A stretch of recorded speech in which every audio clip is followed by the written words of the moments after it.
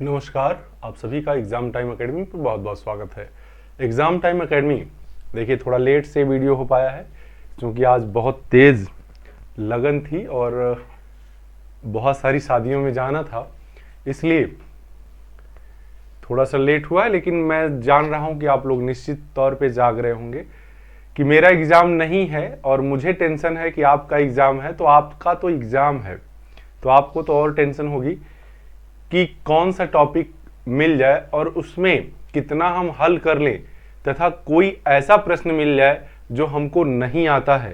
ठीक, प्रश्न तो वही है, सिद्धांत वही है, पूछने का तरीका बदल जाता है जिससे कभी कभी कंफ्यूजन क्रिएट हो जाती है। तो अर्थशास्त्र का बहुत ही महत्वपूर्ण टॉपिक है मुद्रास्फीति।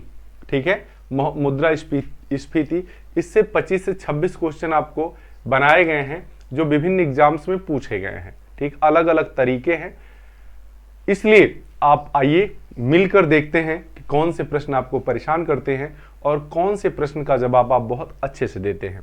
देखिए 1000 की फैमिली होने वाली है और जिस दिन 1000 की फैमिली हो जाएगी उस दिन, ठीक है, वो तो तहे दिल से रोज आभार होता है, लेकिन उस दिन एक छोटा सा ही सही लेकिन एक छोटा सा सेलिब्रेशन आपके साथ किया जाएगा। ठीक, जैसा कि आप जानते हैं कि भारतीय परंपरा में भी अब केक कटने का रिवाज है। पूजा पाठ तो आप देख नहीं पाएंगे, केक कटने का रिवाज है, तो एक छोटा सा केक काटा जाएगा, ठीक है, जिसमें आप सब शामिल होंगे। ठीक है ना जी। तो आइए आपकी खुशियों के लिए हम दोनों मिलकर जागते हैं आधे घंटे और अपने 25 से 26 क्वेश्चन क्लियर करते हैं। तो देखिए अर्थशास्त्र का बहुत ही महत्वपूर्ण टॉपिक है मुद्रास्फीति। ठीक है, मुद्रास्फीति। एक चीज मैं और कहूंगा कि मुद्रास्फीति का मतलब होता है, पहले ये चीज समझ जाइए, इसके बाद आपको कोई दिक्कत नहीं आएगी। मुद्रास्फीति का मतलब होता है मुद्रा का मात्रा का बढ़ जाना, मुद्रा के मात्रा का अर्थव्यवस्था में बढ़ जाना, बाजार में बढ़ जाना, जिससे मुद्रा की कीमत घट जाए तथा वस्तुओं की कीमत बढ़ जाए। आप सीधा सीधा जानिएगा कि जब कोई भी व्यक्ति या वस्तु अधिक हो जाती है तो उसकी कीमत घट जाती है। आप आज जिस नौकरी के लिए कमरों में बैठकर मेहनत मशक्कत कर रहे हैं, इतना पढ़े लिखे लोग, इससे बहुत कम पढ़े लिखे लोग पहले खोज के मास्टर बना दिए जाते थे। ठीक है, कि अच्छा इतना बाबू पढ़ लेवा, चला मास्टर बन जा, बच्चन के पढ़ावा। तो आज आपकी कीमत क्यों नहीं रह गई है कि आप दिन रात पढ़ रहे हैं तब भी नहीं हो रहा है? क्योंकि बहुत ज्यादा संख्या में लोग हो गए हैं। तो जब संख्या जिसकी भी बढ़ जाएगी उसकी कीमत घट जाएगी। इसी तरह से अर्थव्यवस्था में या बाजार में मुद्रा की मात्रा जब बढ़ जाती है तो निश्चित रूप से उसकी कीमत घट जाती है। मुझे जहां तक समझ में आता, मैं एक अर्थशास्त्री हूं, क्योंकि अर्थशास्त्र पढ़ने वाला हर व्यक्ति अर्थशास्त्री होता है और हमने तो रिसर्च भी किया है। ठीक है, तो मुझे जहां तक समझ में आता है अभी की जो महंगाई है वो अनप्रोडक्टिव मनी के कारण है। जैसे यूट्यूब से भारत में बहुत सारा विदेशी टाइप का पैसा आ रहा है, बहुत सारी मनी तो जनरेट हो रही है, लेकिन उसका वास्तविक उत्पादन कुछ भी नहीं है। ठीक है, पैसा तो सबके पास होता जा रहा है, लेकिन जब तक वास्तविक उत्पादन नहीं होगा, मतलब वस्तुओं का उत्पादन नहीं होगा, तब तक स्फीति बनी रहेगी। ठीक, कि क्यों? क्योंकि मुद्रा की मात्रा बढ़ती जा रही है। तो आइए इससे संबंधित जितने भी प्रश्न हैं उनको हल करते हैं और देखते हैं क्या। देखिए एक प्रश्न मुझसे ही उड़ गया था, इसलिए मैंने इसको अपने से ही लिख दिया है। ठीक, तो आइए देखिएगा, पहला क्वेश्चन है कि मुद्रास्फीति से बाजार में चीजें, देखिए हम लोग भी चीज कहते हैं, वस्तु को चीज कहते हैं, और ये प्रश्न भी चीजों के टाइप का लिखा गया है। ठीक है, मुद्रास्फीति से बाजार में चीजें सस्ती हो जाती हैं, प्रचुरता में मिलती हैं, महंगी हो जाती हैं या बिल्कुल नहीं मिलती। तो मुद्रास्फीति, आप जानते हैं कि मुद्रास्फीति जब होगी तो वस्तुएं क्या हो जाएंगी, उनकी कीमत बढ़ जाएगी, यानी महंगी मिलने लगेंगी। क्लियर? 100% क्लियर। कोई शक हो तो बताइएगा। जल्दी से करते हैं, फिर आप भी सोइए, हम भी सोते हैं। ठीक है, लेकिन अपना पर डे का काम समाप्त करके। क्यों? क्योंकि आप जानते हैं कि पंडित नेहरू कहते थे कि सोने से पहले अपना सारा काम खत्म कर लीजिए, समाप्त कर लीजिए, क्योंकि कोई नहीं जानता कि अगले दिन उठना है कि नहीं उठना है। मुद्रास्फीति के समय सार्वजनिक व्यय को क्या करना चाहिए? सार्वजनिक व्यय को बढ़ाना चाहिए, घटाना चाहिए, संतुलित रखना चाहिए, या पहले बढ़ाना है या फिर में घटाना। सार्वजनिक व्यय का मतलब क्या होता है ये आप जान, सार्वजनिक व्यय का मतलब सरकार का खर्च। सरकार का खर्च मतलब जनता में पैसा देना किसी न किसी विधि से। अब मुद्रास्फीति है, सरकार अगर और पैसा देगी तो और ज्यादा मामला खराब हो जाएगा। तो क्या करना चाहिए? घटाना चाहिए। क्या करना चाहिए? घटाना।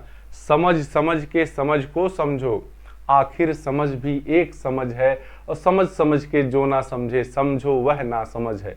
अर्थशास्त्र एक समझने वाला सब्जेक्ट है, अगर एक बार आप समझ लिए तो जिंदगी में नहीं भूलेगा। ठीक है ना मित्रों? ठीक है, आगे। भारत में निकट वर्षों में मुद्रास्फीति का प्रमुख प्रकार निम्नलिखित में से पाया गया। कौन सा प्रकार प्रमुख रूप से पाया गया भारत में? मांग जन्य स्फीति, लागत जन्य स्फीति, संरचनात्मक स्फीति, उपयुक्त में से सभी।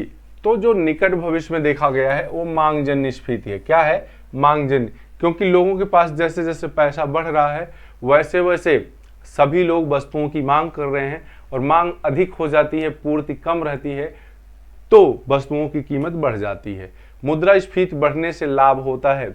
मुद्रास्फीति में लाभ किसको मिलता है? देखिएगा, तो हमेशा मुद्रास्फीति जब होगी तो ऋणी को लाभ होगा। किसको? ऋणी को लाभ होगा।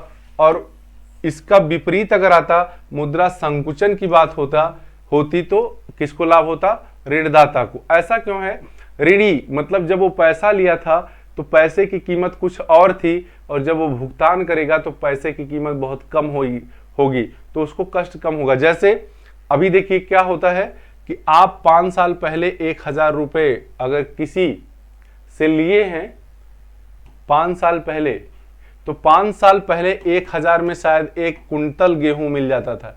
1 कुंतल गेहूं मिल जाता था। समझ में आई बात? लेकिन आज अगर वो आज पैसा वापस करेगा तो आपको 1000 वापस करेगा। 1000 में आज 50 किलो भी गेहूं नहीं मिलेगा। तो मतलब क्या हुआ? मुद्रा का मूल्य घट गया कि नहीं घट गया? यही ना जी? ठीक, तो इसे ही इसलिए ऋणी को फायदा होगा, ऋणदाता को नुकसान हो जाएगा।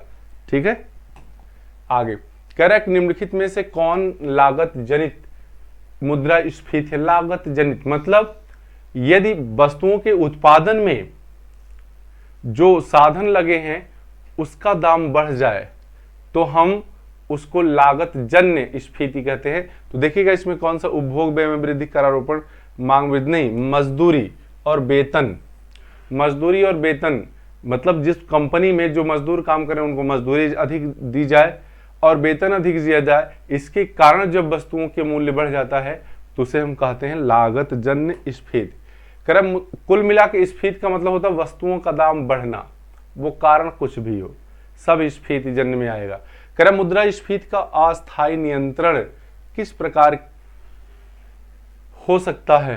कीमतें बढ़ाकर, करों की मात्रा बढ़ाकर, मुद्रा पूर्ति की वृद्धि को रोककर, कीमतें गिराकर। देखिए ये मुद्रा की पूर्ति की वृद्धि को अगर रोक देंगे तो अस्थायी नियंत्रण हो जाएगा।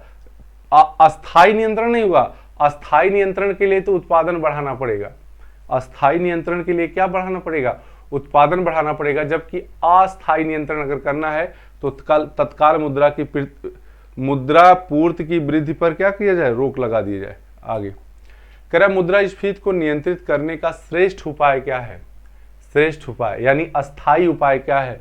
दोषियों को सजा देना, सभी स्तर पर उत्पादन बढ़ाना, पणियों के मूल्य को नियत करना, डर और आतंक का एक वातावरण बनना। नहीं, सभी स्तर पर अगर उत्पादन बढ़ा दिया जाएगा तो क्या हो जाएगा? क्या हो जाएगा? श्रेष्ठ उपाय यानी अस्थायी मुद्रास्फीति नियंत्रण का उपाय। मुद्रास्फीति को नियंत्रित करने के लिए केंद्रीय बैंक को चाहिए। केंद्रीय बैंक को क्या चाहिए? यानी आरबीआई को क्या चाहिए? सरकारी प्रतिभूतियों की बिक्री करे और बैंक दर को घटा दे। सरकारी प्रतिभूतियों की बिक्री करे और बैंक दर को बढ़ा दे। सरकारी प्रतिभूतियों की खरीद करे और बैंक दर को बढ़ा दे। सरकारी देखिए सरकारी प्रतिभूतियां, प्रतिभूति मतलब एक संस्था के द्वारा जारी कागज, उसको जब बेचेगा तो मुद्रा आरबीआई के पास आएगी, यानी ये ठीक है। बिक्री करे तो ठीक है, साथ साथ बैंक दर को भी क्या करे? बढ़ा दे। तो ये सही होगा, बैंक दर को भी बढ़ा दे और साथ साथ सरकारी प्रतिभूति की भी बिक्री करे, मुद्रास्फीति, तभी अर्थव्यवस्था में मुद्रा की मात्रा कम होगी।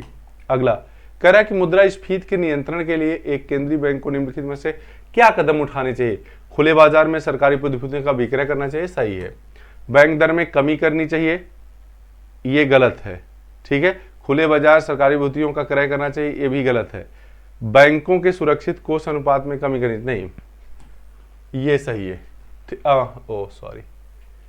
देखिए, सरकार खुले बाजार में सरकारी प्रतिभूतियों की क्या करे? बिक्री करे, ठीक है।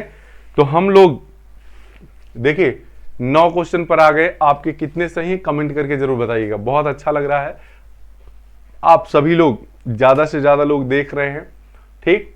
और विश्वास मानिए, जब आप पेपर दे के आएंगे ना तो यहीं से क्वेश्चन आपके बने मिलेंगे, ठीक। और जो बीच बीच में समझा दिया जाता है उसको आप निश्चित रूप से ध्यान में रखिएगा।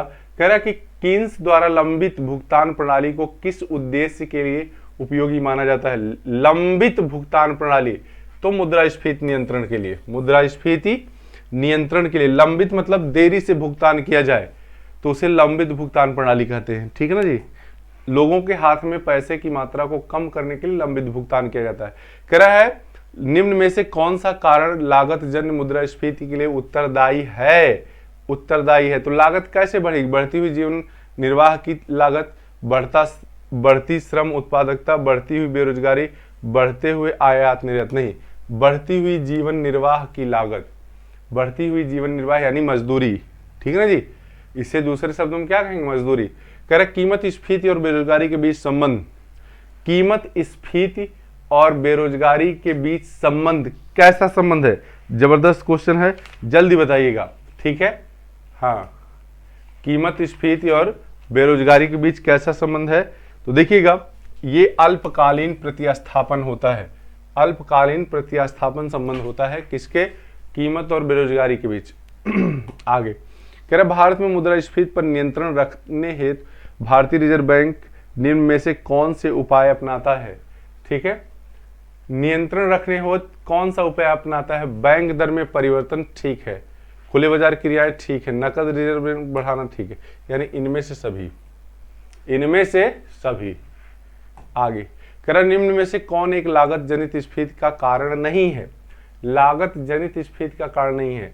मजदूरी है, लाभ है, आधारभूत वस्तुओं जैसे स्टील, पेट्रोल आदि की कीमतें, मुद्रा की आपूर्ति।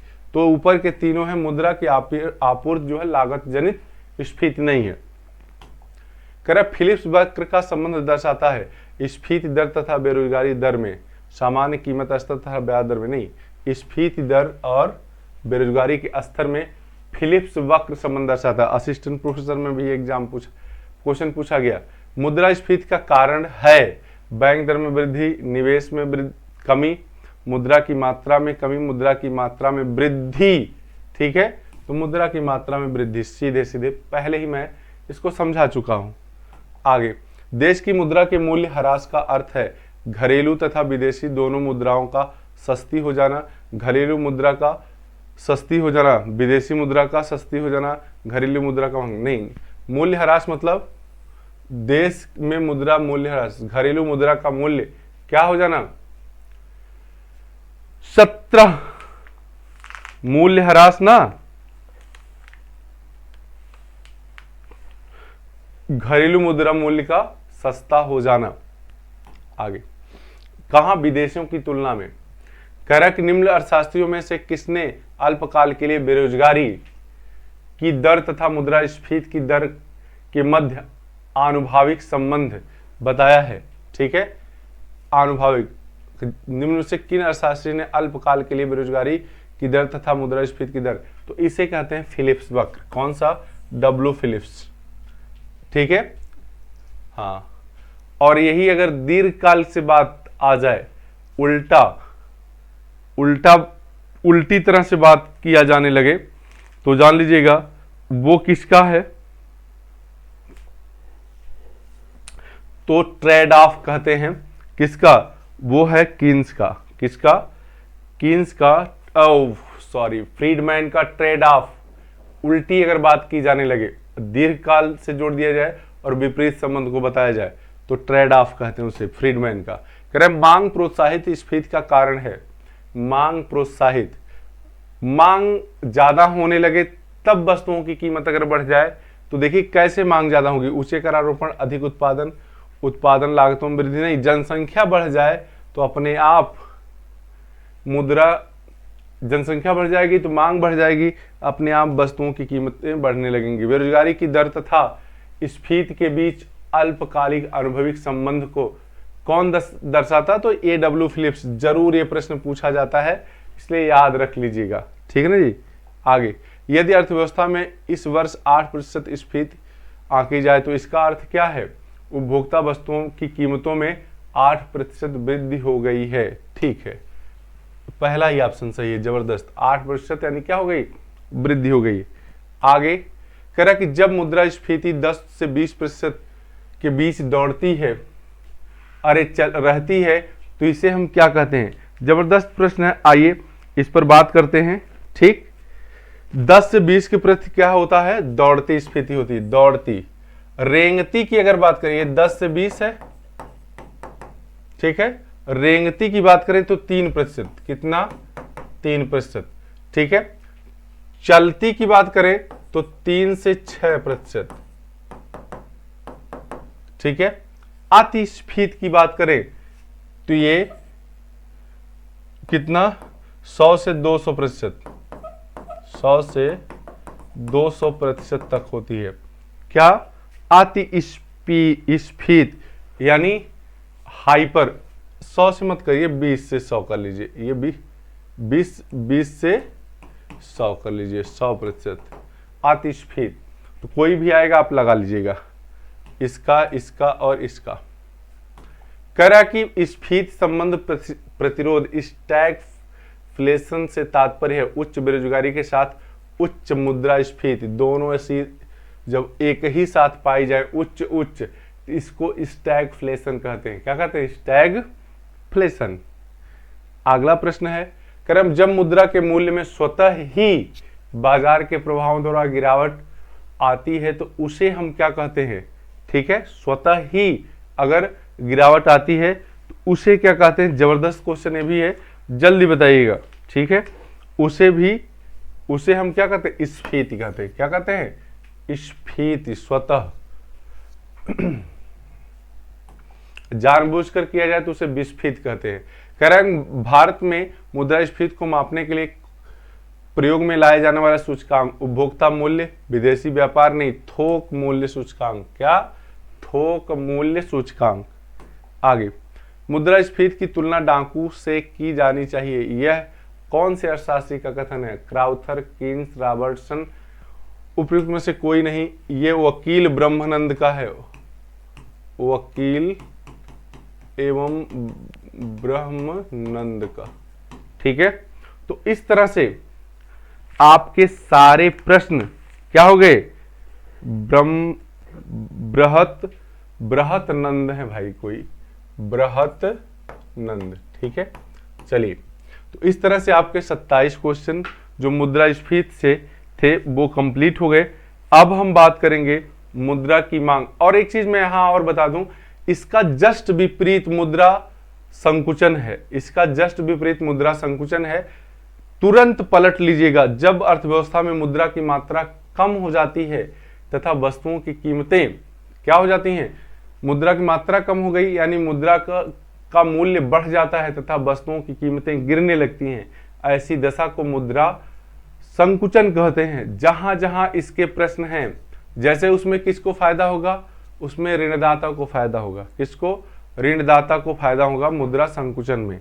ठीक ना जी, चीजें मुद्रा संकुचन में क्या हो जाएंगी, सस्ती हो जाएंगी, महंगी नहीं होंगी। इसका जस्ट विपरीत है। तो ये कैसे लेगी क्लास, जल्दी से बताते जाइएगा। तुरंत जा रहा है, आप इसको देखकर तब सोइए। गुड नाइट, शब्बा खैर।